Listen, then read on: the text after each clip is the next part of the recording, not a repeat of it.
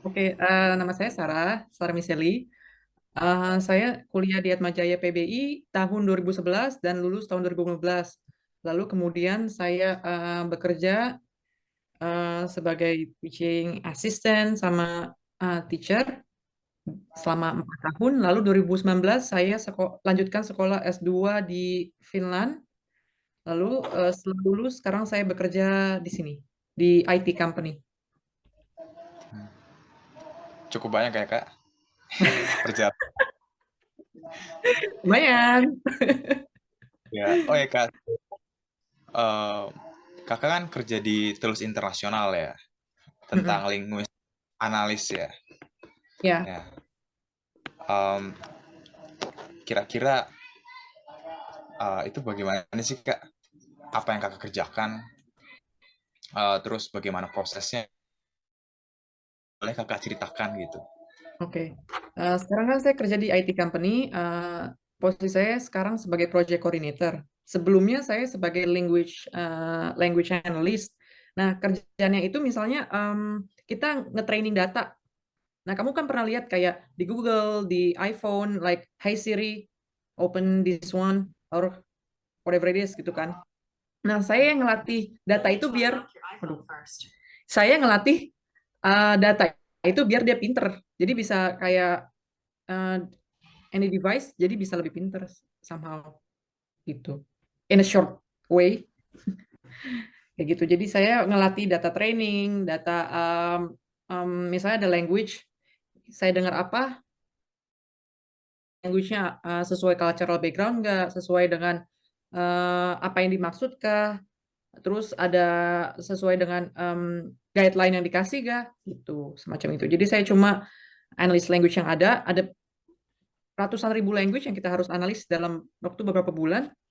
Habis kayak kita analis, kita balikin ke kliennya, habis itu mereka ngelanjutin data yang kita analis, terus mereka buat ke program, kayak gitu. Jadi saya Banget cuma ya Kak. khusus di language-nya aja. Iya, Nah, menarik kan lumayan. eh, Kakak tadi sempat mention nih,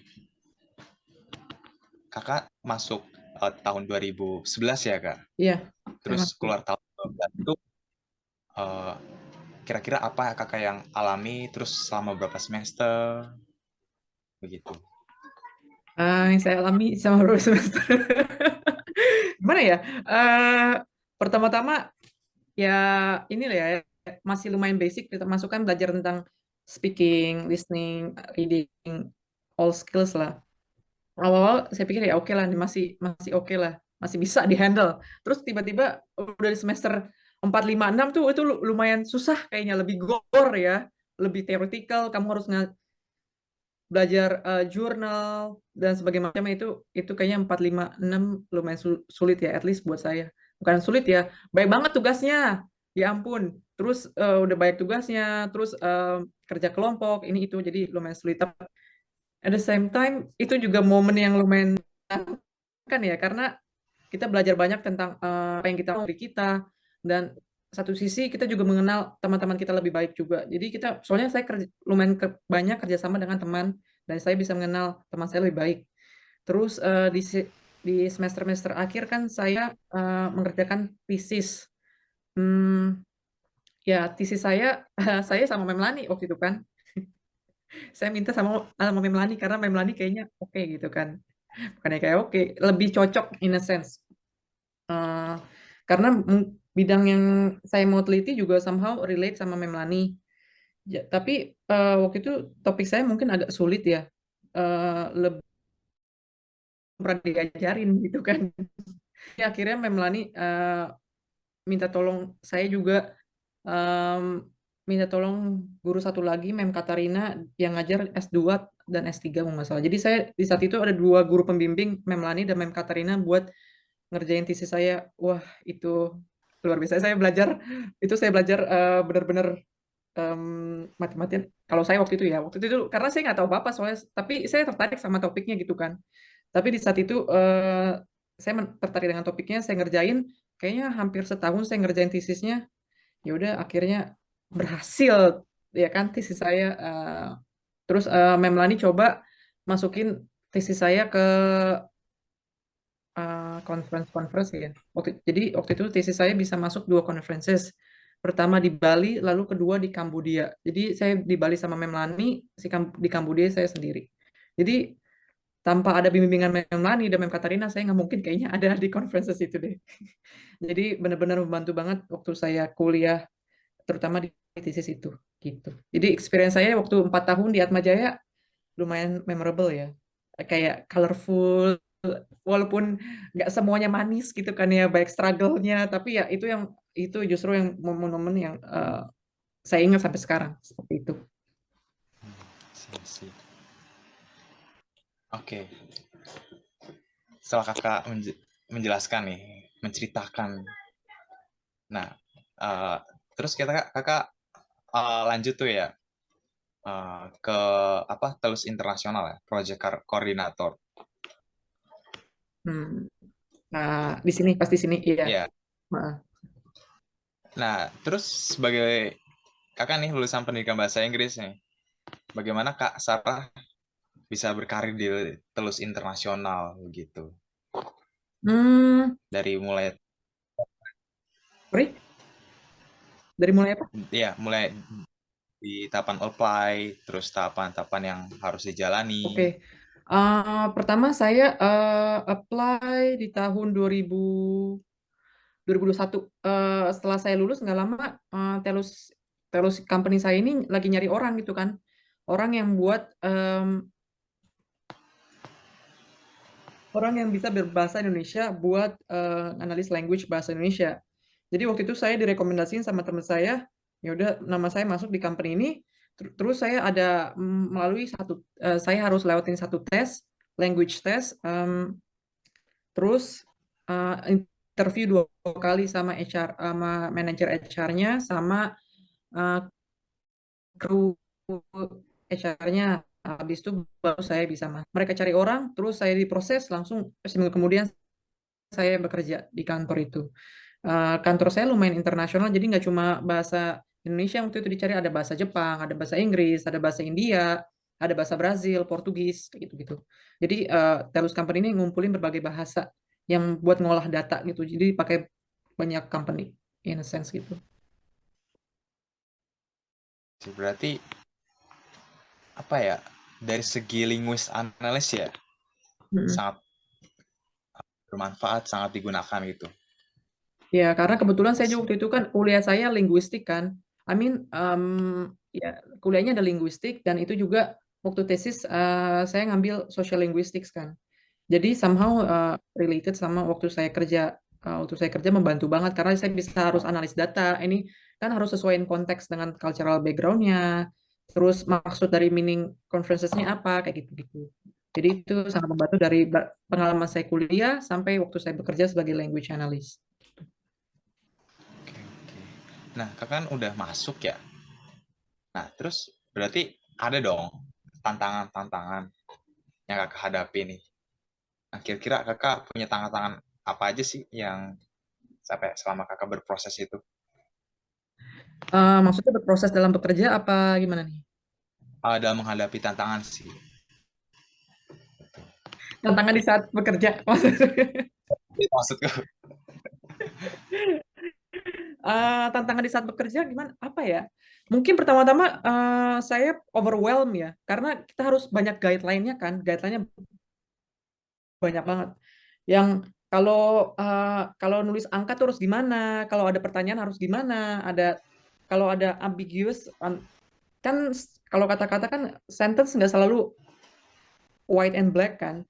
Kadang-kadang tuh ada gray area-nya. Nah, kita harus decide ini bagian mana dalam data gitu. Paling tantangannya semacam itu dan kita harus menghafal guideline yang banyak. Tapi itu lumayan doable karena kita training selama kurang lebih sebulan, habis itu ya oke. Terus habis itu datanya bisa diproses dengan baik.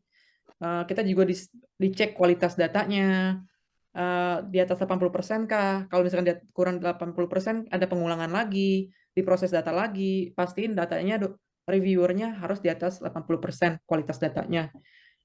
Dan kita bekerja dalam kelompok gitu, ada beberapa orang Indonesia juga. Waktu itu saya juga review tim Indonesia dan itu saya juga waktu itu sempat analis Inggris US juga, jadi macam-macam gitu. Jadi problemnya nggak ada problem yang big deal banget sih, cuma awal-awal doang lumayan struggle karena harus menghafalkan guideline yang lumayan banyak, datanya juga lumayan banyak dan kita ada target gitu loh, harus berapa banyak dalam dalam sejam menghasilkan data kayak gitu. Paling awal doang lumayan demanding, lama-lama jadi habit kan. Jadi setelah 2 bulan 3 bulan jadi udah terbiasa bekerjanya. Itu sih. Jadi kak, eh, dalam menghadapi tantangan itu kakak harus membiasakan diri ya. Kira-kira Hmm. eh, punya tips nggak sih kayak dalam dalam solving gitu ya? Problem solvingnya itu kakak gimana sih kak? Membiasakan dirinya Oh, bagaimana oh. gitu? Problem solvingnya mungkin karena di saat itu kita dapat koordinator yang baik, ya kan. Jadi dia bilang kalau ada problem bilang aja, kalau ada isu apa aja yang bisa kita bantu dibantu. Jadi lumayan helpful saat itu. Jadi kita bilang ini ada problem issue dengan language-nya, ada gray area yang kita harus ada diskusi, terus ada meeting, terus kita juga ada tim nggak cuma di Finland tapi juga ada tim di Bulgaria, orang Indonesia di Bulgaria. Jadi kita kadang-kadang tiap bulan ada meeting, apa, satuin ide lah. Ini kalau ada masalah gini harusnya gimana penyelesaiannya. Terus semacam kayak gitu. Jadi yang membantu problem solving saat itu komunikasi, ya kan? Kalau kita cuma diem-diem sendiri doang nggak akan solve problem. Tapi kalau misalkan saya komunikasikan problem saya ke tim, komunikasikan problem saya juga ke atasan saya, mereka akan coba cari cara untuk cari solusi dari problem yang kita punya. Jadi salah satu key point-nya yaitu komunikasi dan kita sama-sama cari solusi gitu loh. Nggak ada pihak yang menyalahkan ini itu nggak ada sih, untungnya ya kan, masih mereka lumayan suportif, tim-tim saya juga lumayan sangat suportif gitu. Kira-kira ada nggak sih kayak momen tak terlupakan gitu di setelah menjadi project koordinator ini? Oke. Nah, saya habis dari language analyst selama setahun saya apply buat project coordinator kan. Ya udah, waktu itu saya keterima jadi project coordinator untuk sekarang. Ya banyak project, jadi saya gabung dengan tim operation. Timnya itu sangat multi diverse ya, in a sense. Bos saya orang Slovakia, terus ada juga orang Italy Finnish, ada Brazilian, ada UK, ada India, ada US, sangat beragam. Tapi di keberagaman itu tim saya justru sangat solid gitu loh. Kayak you butuh apa bilang kita bisa bantu. Terus sangat helpful, eh, helpful yang benar-benar helpful, genuine gitu kan. Jadi saya sangat belajar banyak dengan tim saya ini dan so far saya belum ada problem yang gimana-gimana ya. Karena pun ada problem dalam pekerjaan, mereka kan sangat suportif bantu saya. Yang penting saya komunikasikan key pointnya lagi. Saya harus komunikasikan kalau misalkan saya ada issue, misalkan saya dapat project terlalu banyak, tugas terlalu banyak, saya harus bilang ini saya nggak bisa terlalu banyak. Jadi mereka akan handle ke orang lain supaya saya bebannya tidak terlalu banyak gitu. Jadi mereka sangat komunikasi dan suportif gitu. So far sih belum ada problem sih untuk kerjaan saya specifically. Belum, at least belum. Oke, oke. Kalau aku bisa sempilin itu menarik banget ya pekerjaan kakak ya. Mm. Oh, salah satunya yang membuat kakak bisa menekuni ya profesi ini itu satu ya komunikasi, terus kedua bertemu dengan orang banyak dari mancanegara ya tentunya ya. Ya. Nah, Kak, em, sebelum kakak sebagai project koordinator di Telus, eh, kayak itu sebagai linguist analis di Telus kan. Ya. Kira-kira Kak Saru boleh jelasin dikit eh, lebih spesifiknya detail-detail sedikit detail tentang linguist analis itu. Ya, Uh, Detail language analysnya kayak gimana maksudnya? Mau sedetail apa nih? yang kakak bisa sampaikan ini kan sebagai lulusan dari Dalam pendidikan bentuk bahasa Inggris. oh, dalam bentuk tugasnya, dalam bentuk tugasnya mungkin kalian bisa bisa share yang bisa relate sama linguistik kali ya. Eh Karena kan yang saya bilang tadi kan, saya bekerja sebagai language analyst, saya harus mengolah data nggak hanya mengolah data, saya nge-training data, nge-review data, biar data itu bisa dipakai dengan banyak company dalam berbagai hal. Misalnya salah satu contoh yang yang sesuai konteks, misalnya yang latih Siri gitu kan. Siri biar dilatih biar pinter itu melalui misalnya menggunakan company saya. Jadi saya nge-training data Siri biar Siri itu ngerti apa yang kita omongin dalam berbagai bahasa. Dalam bahasa Indonesia, dalam bahasa Inggris, bahasa apapun. Jadi saya ngelatih data itu lalu masukin ke klien. Setelah ke klien, klien akan ngolah data lagi. Yang saya kerjakan waktu itu saat ada datanya dalam bentuk language kan, language bahasa Indonesia. Eh, ada juga yang nggak tok bahasa Indonesia, ada juga bahasa Jawa kan. Saya nggak bisa bahasa Jawa gitu kan, tapi saya bisa bahasa Indonesia. Jadi saya ada data, saya lihat ini sesuai dengan konteks cultural background-nya kah, terus sesuai guideline yang diminta company kah. Setelah misalnya semuanya cocok, semuanya oke, kita kirim datanya langsung ke klien kayak gitu. Jadi benar-benar live work gitu loh. Jadi komputer kita juga kita kerja di secure room, nggak boleh bawa HP, nggak boleh bawa smartwatch aja kita nggak boleh pakai gitu kan. Karena buat security datanya. Karena ya mereka punya company punya data lah ya. Jadi kita kerja di secure room, proses data itu di komputer komputer kantor kita juga benar-benar secure, nggak bisa buka apa-apa kecuali buka YouTube sama Google Search. Kita nggak bisa buka website. Takut ada phishing email. Kalau ada phishing email, mereka takut ada datanya bisa masuk virus kan. Terus ada virus, semua datanya hilang. Jadi kita benar-benar secure. uh, buat sisi keamanannya juga. Untuk sisi pekerjaannya sendiri, nggak awal-awal doang sih lumayan sulit ya. Karena kita harus ngejar target dalam waktu itu saya dalam sejam saya harus nganalis data sebanyak 120 sampai 140 data dalam sejam. Satu Banyak. data. Itu lumayan ya. Jadi dalam sehari saya harus mengerjakan data sebanyak minimal 900-an gitu. Nanti ada targetnya juga, misalkan dilihat dalam sebulan ini target saya accomplish apa enggak, apa yang harus diperbaiki semacam begitu. Itu sih. Dan karena di situ kita dibilang Indonesian language expert, jadi nggak ada yang menanyakan kualifikasi bagaimana ya. Soalnya kan saya juga kuliah waktu itu linguistik kan. Jadi semuanya oke sih, gitu. Berarti linguist analyst ini apa ya, pekerjaannya sangat sangat apa ya, bisa dibilang penting banget, tapi kadang-kadang juga cuma itu doang linguist analis. Tapi dengan eh adanya ini bisa iya, membantu ya dalam searching gitu. heeh, heeh. Dan kamu bisa ini kan language kan kita kan bahasa Indonesia kita kalau menurut saya lumayan fleksibel kan, bisa banyak arti dalam ininya konteksnya. Jadi kalau misalkan eh, ada konteks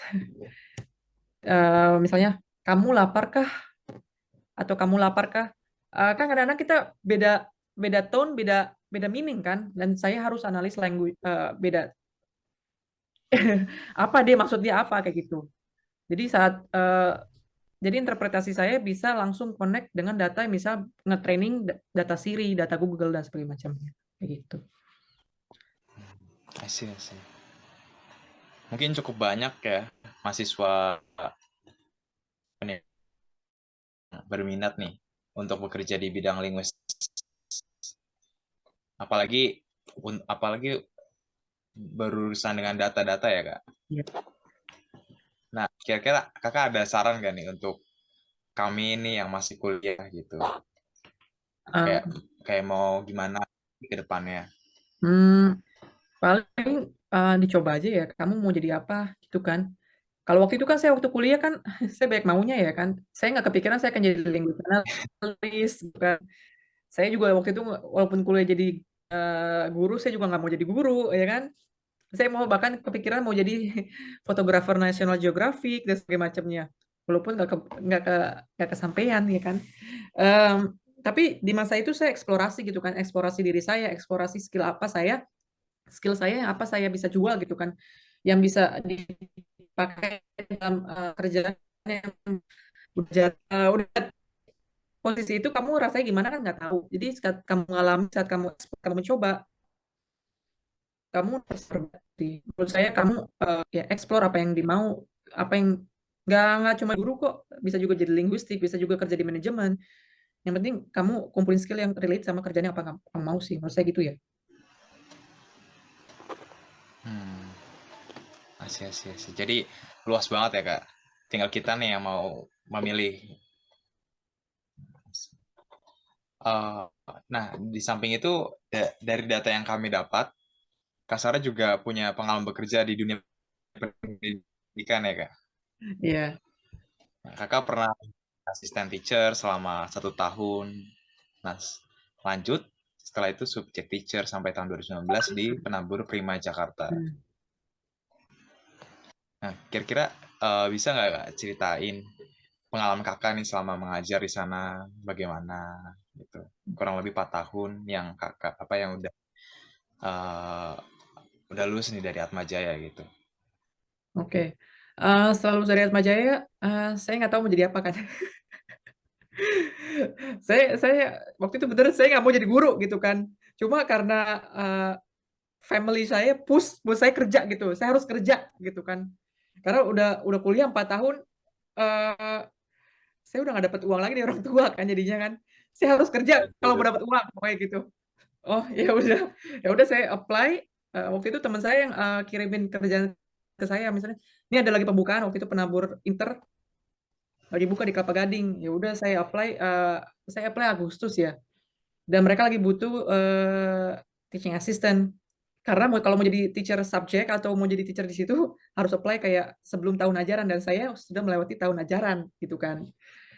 Karena saya kebanyakan main-main waktu itu.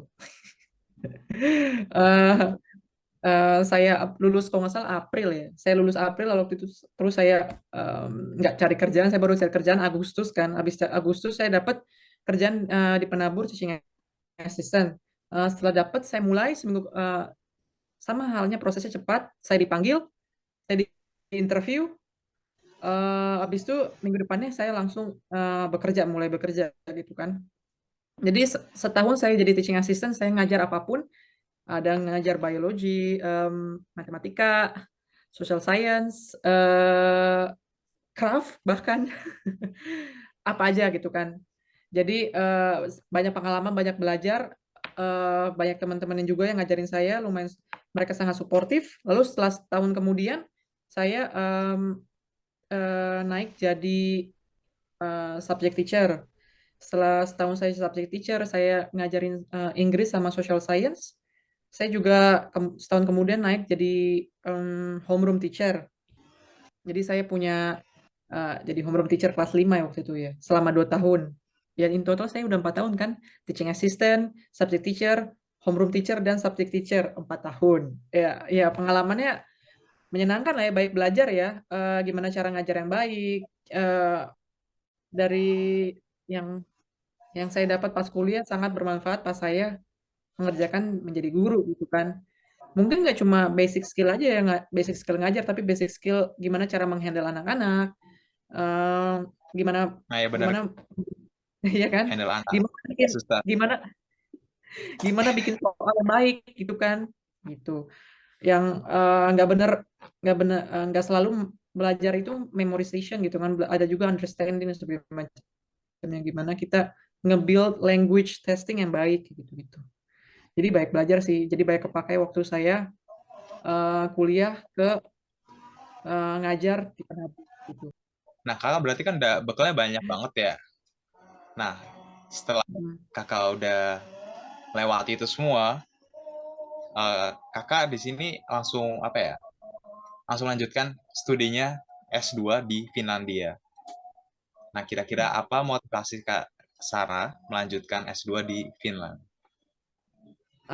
Waktu itu kan pas saya masuk, karena saya sepas kuliah saya udah mau kan, saya mau sekolah S2, tapi saya nggak mau sekolah bayar, saya maunya gratis gitu kan, sekolah saya nggak mau sekolah bayar, saya mau orang banyak sekolah banyak beasiswa, kenapa saya harus bayar gitu kan.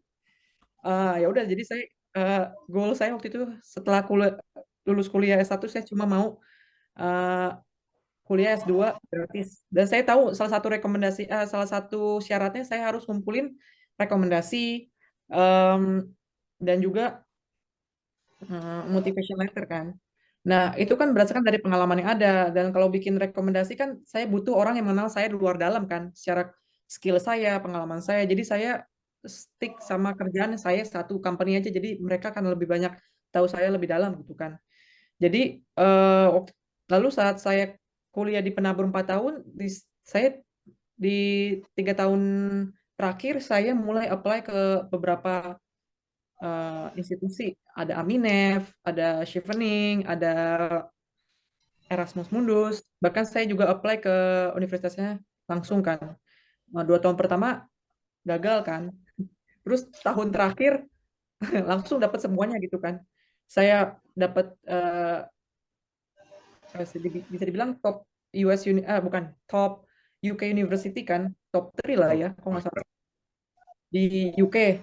Terus eh, saya masuk juga masuk babak eliminasinya Aminef ya di interview.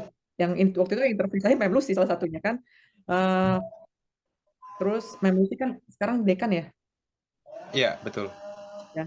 Terus saya juga waktu itu dapet baru dapet di Finland kan. Terus lihat dari tiga option kan saya akhirnya nggak berhasil masuk Aminef. Tinggal dua kan, either saya pilih UK atau saya pilih Finland. Cuma lihat dari prospek yang ada, dari benefit yang saya dapat banyak juga kebetulan di Finland. Jadi sudah masuk sekolah di Finland. Dan saya bisa dapat di Finland kenapa? Karena salah satu dosen yang ada di Atmajaya yaitu Mem Nila. Mem Nila punya koneksi di salah satu dosen di universitas saya. Jadi Mem Nila rekomend saya bisa masuk universitas ini. Jadi saya coba, ya udah saya bisa masuk gitu kan. Jadi salah satu keuntungan kuliah di Atmajaya koneksi dosennya banyak di mana-mana ya, internasional gitu. Jadi saya bisa masuk di sini juga karena ada teman saya sebelumnya setahun sebelumnya juga masuk di sekolah sini karena ada Mem Nila bilang masuk sini. Jadi ya udah saya ikutin jejaknya, saya masuk sini gitu di Finland. Jadi dosen kita udah cukup terkenal ya kak. Jadi Mana-mana. ada Wah iya nah, dosen kita menarik benar bro. saya lumayan amazed pas mereka cerita mereka di sini sih. Wow, keren banget. Terus koneksinya banyak jadi mereka bisa membantu kalau misalkan kita butuh apa-apa kayak gitu. Jadi resourceful banget. Iya setuju juga bang.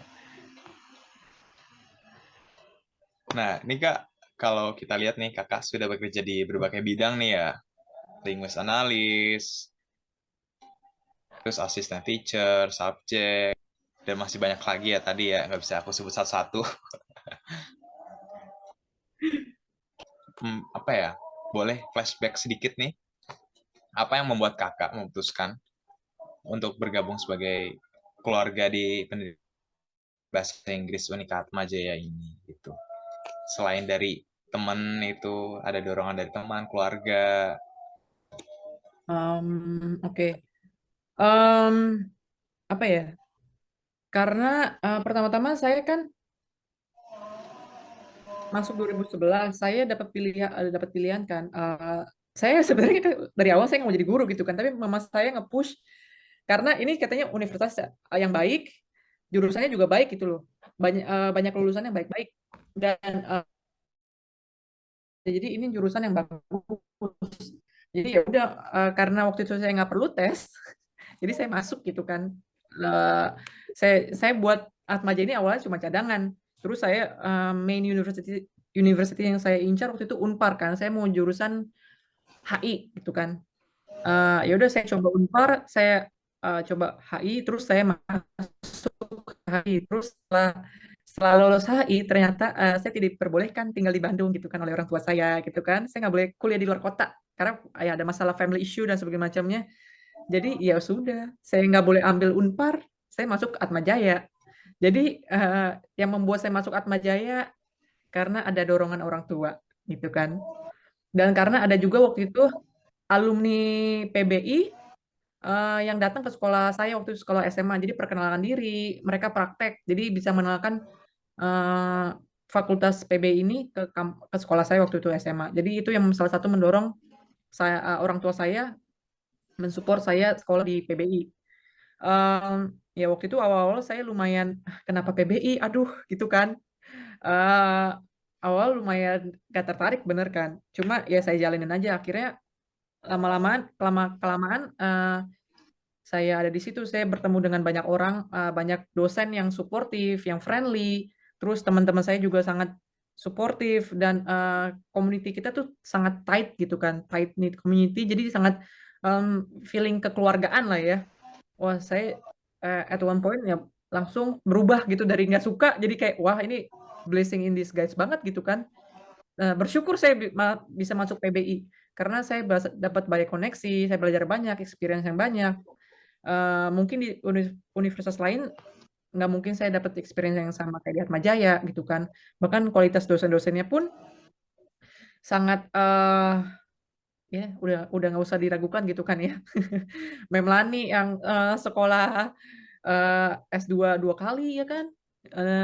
Di US ada Mem Nila yang experience-nya banyak, ada Mem Chris, ada waktu itu juga Pak Marcel, ada Mem Lucy, ada Mem Dora, ada Mem Eli, baik banget. Jadi dosen-dosen kita tuh sangat berkualitas. Mereka tuh banyak sekolahnya kebanyakan di luar negeri juga.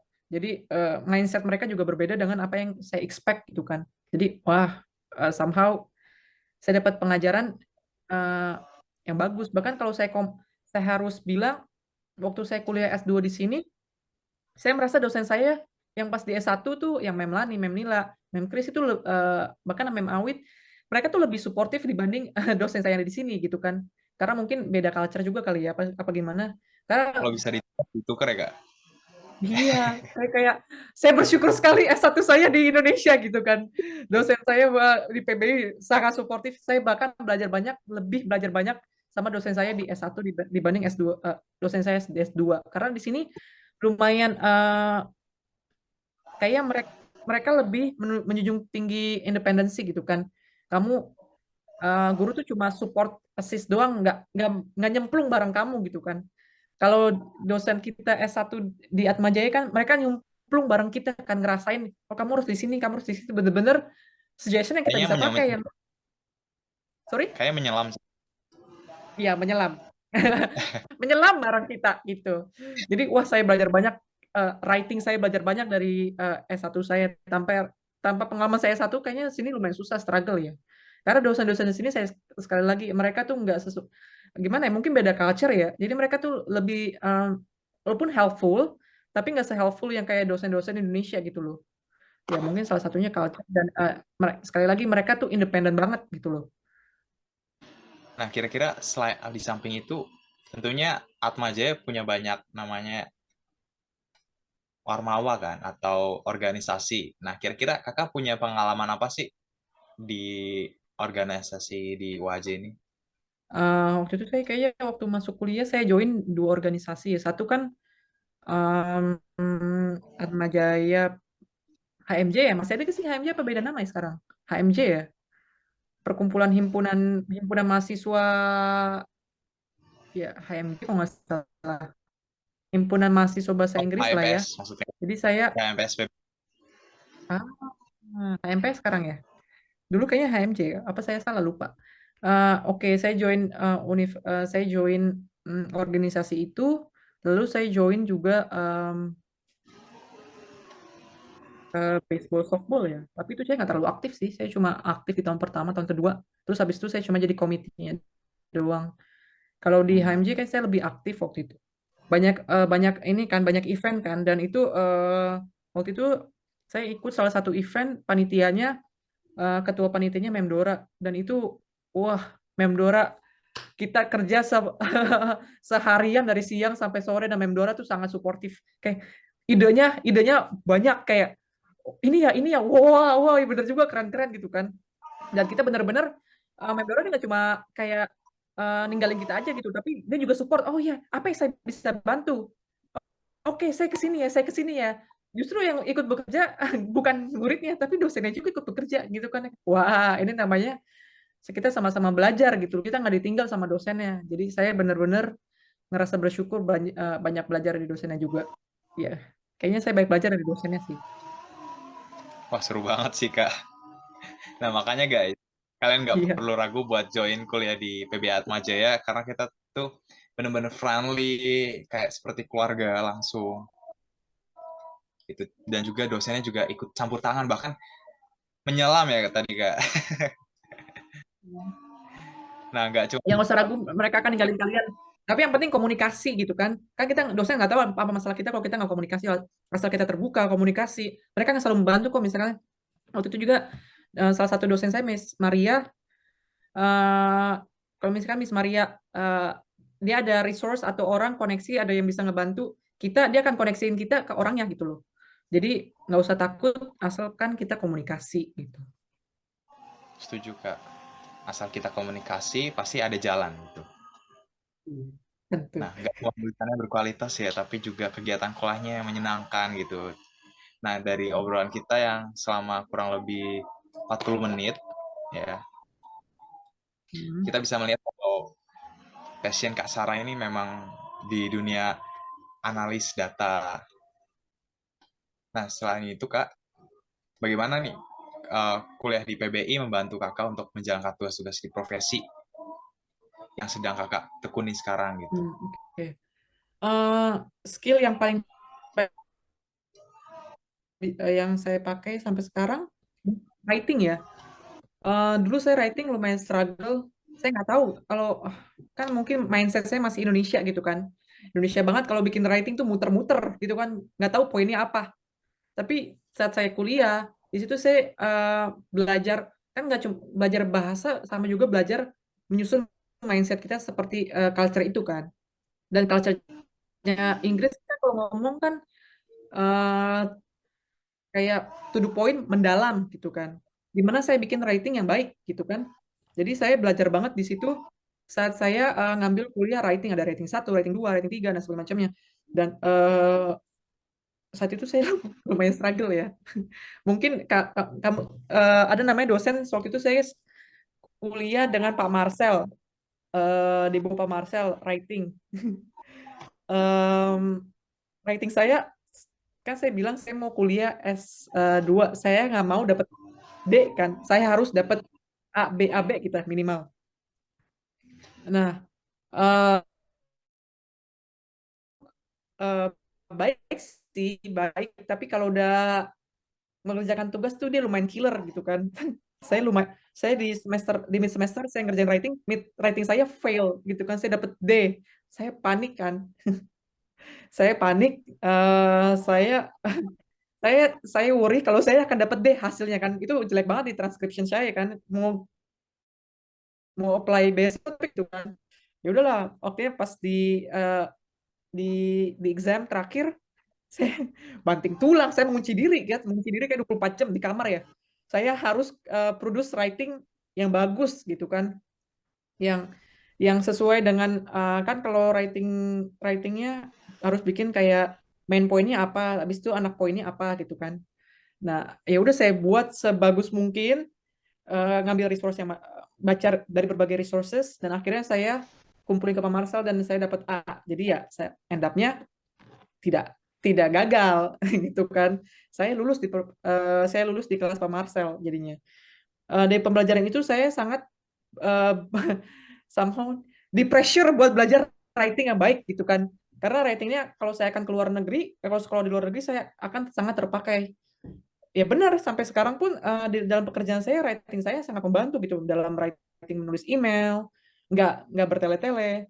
Terus writing juga menyusun pola pikir saya saat speaking gitu kan. Kalau speaking saya presentasi di depan, saya presentasi di kerjaan saya, diskusi dengan dosen-dosen dosen saya di S2, diskusi dengan pekerjaan saya sekarang dengan bos saya, dengan kolik saya, semuanya berbuah dari mindset pas saya nulis writing ya. Jadi ke shape gitu pas saya mau poinnya, terus ada anak poinnya apa aja kayak gitu. Jadi yang sampai sekarang saya sangat membantu writing so far. Berarti ilmu-ilmu yang Kakak pelajari sangat bermanfaat ya Kak. Nggak cuma di typing aja, tapi juga mindset kita kebentuk gitu. Ya, Nah, yang tadi penting kan kamu ada niat buat mengembangkan gitu kan. tadi Kak sempat Pak Marcel ya, Kakak mention itu. Nah, selain Pak Marcel, kira-kira ada nggak Kak yang ikonik gitu semasa Kakak berkuliah di PB Atmajaya? Banyak banget. Saya lumayan sering ke ruang guru kan ya. Ada Mem Lani, ada Mem Nila, ada Mem Dora, ada Mem Kris, ada Mem Awit, ada Mem Eli. Itu saya sering ngobrol jatuhnya ya. Ke dosen bukan hanya nanya problem, sering ngobrol jatuhnya. Mereka sangat membantu banget kalau misalkan, Mem kita ada bisa dibantu gak ya? Mereka kan langsung konekin kita ke dosen-dosen yang relate sama apa yang kita mau gitu loh. Jadi sangat membantu banget dan membantu proses kita dalam belajar juga. Misalnya kita struggle dalam beberapa topik dan beberapa subjek, mereka membantu. Itu dosen-dosen legend sih. Mereka kuliahnya di mana-mana tapi mau stay di Atmajaya, kayak wow gitu. Jadi kualitas dosennya tuh kayak hidden game gitu loh, dosen-dosen di Atmajaya di PBI kita, kayak semua orang harus tahu ini hidden game gitu loh. Aku setuju banget sih Kak, aku juga merasakan hal yang sama sih Kak. Iya. Nah Kak, kira-kira em, pesan-pesan ada nggak pesan-pesan untuk mahasiswa PBI Atmajaya yang nanti akan memasuki dunia kerja dan ingin melanjutkan berproses seperti kakak nih, mengolah data, linguis. Oke. Paling pesan-pesan saya, explore diri kalian, apa yang kalian mau. Nggak harus jadi guru kayak saya, walaupun awalnya jadi guru kan. Dan itu juga jadi guru karena di push family gitu kan. Tapi once again nggak harus jadi guru. Bahkan ada teman saya yang setelah lulus langsung jadi kerja di company-company, di bidang manajemen, di bidang-bidang lain gitu kan. Jadi kalian bisa jadi apapun walaupun kalian nggak mau jadi guru kayak saya contohnya gitu kan. Saya nggak jadi guru, saya kerja di tempat yang nggak relate gitu kan, malah kerja di IT company. Yang penting kalian punya kualitas skill yang kerjaan itu butuh gitu kan. Skill kan sekarang dapat di mana-mana kan. Kalian juga bisa ambil belajar di YouTube, free courses dan sebagainya macamnya. Jadi yang penting kalian explore diri kalian, apa yang kalian mau, apa yang kalian tuju, dan coba aja gitu loh. Walaupun kalian nggak mau, dicoba aja, siapa tahu kalian berubah gitu kan perspektifnya. Kalaupun nggak suka, endingnya juga walaupun nggak suka ya udah nggak apa-apa gitu kan, pengalaman namanya eksplorasi gitu kan. Jadi tetap mencoba, tetap belajar, eh, tetap berkomunikasi dengan yang lain, maksudnya diskusi lah ya, jangan diem-diem aja gitu loh. Kan orang nggak tahu apa yang kita mau gitu kan. Kalau kita komunikasikan dengan baik, diskusi sama dosen-dosennya, mereka akan membantu kita kok. Oke, sekali lagi ya guys, sesuai dengan tagline kita di PBI ini kita bisa menjadi apa saja. You can be anything. Ya. Nah, Kak, kita kan sudah ngobrol banyak ya mengenai profesi Hmm. kakak, pengalaman kakak waktu masih jadi mahasiswa di PBI, terus bagaimana ilmu dan kemampuan yang kakak pelajari ini selama kuliah di PBI bisa mempersiapkan kakak gitu untuk menjalankan tugas-tugas di pekerjaan yang sekarang. Hmm. Menurut Kak Sarah, seberapa penting nih memiliki kemampuan berbahasa asing, khususnya bahasa Inggris pada saat ini? Sangat penting ya. Justru itu basic buat saya bisa apply S2 di sini, bisa bekerja di sini. Karena kan saya tinggal di Finland, nggak mungkin saya ngomong bahasa Indonesia kan. Jadi language yang commonly dipakai ya bahasa Inggris gitu kan. Jadi tanpa ada kuliah di bahasa Inggris, mungkin skill bahasa Inggris saya nggak bukan bukan tinggi ya. Maksudnya at least nggak sebaik yang saya expect gitu kan. Dengan belajar bahasa Inggris PBI membantu saya buat percaya diri juga dengan bahasa Inggris saya, membantu saya dalam berkomunikasi dengan baik. Jadi belajar bahasa Inggris tuh sangat basic, apalagi di zaman sekarang yang kebanyakan bahasa Inggris udah kayak second language gitu. Jadi mau nggak mau ya kita harus nge-push diri kita buat belajar bahasa Inggris. Bahkan bahasa Inggris tuh bukan sesuatu yang bisa dipilih, emang itu harus gitu kan, sesuatu yang keharusan untuk kalau kalian mau misalnya kerja di luar negeri ataupun kerja di international company, itu sangat beneficial kalau kalian bisa bahasa Inggris ya, kayak gitu. Jadi bukan bukan pilihan lagi belajar bahasa Inggris, emang harus bahasa Inggris. Harus ya, Kak. Karena itu apa ya, the only way gitu. Iya, kalau ya tergantung kalau kalau mau kerjanya emang nggak benar-benar relate sama bahasa Inggris ya mungkin beda-beda goal ya. Tapi untuk kalau personally saya goalnya emang maunya sekolah di luar negeri, kerja di luar negeri. Jadi bahasa Inggris benar-benar membantu saya capai goal saya. Berarti sangat sangat bermanfaat ya Kak. Atau bahkan menjadi fundamental nih. Udah Ya. mental. Nah Kak, kira-kira ada saran nggak untuk anak SMA nih atau calon calon mahasiswa sekarang ini yang mungkin masih ragu untuk masuk ke jurusan pendidikan bahasa Inggris?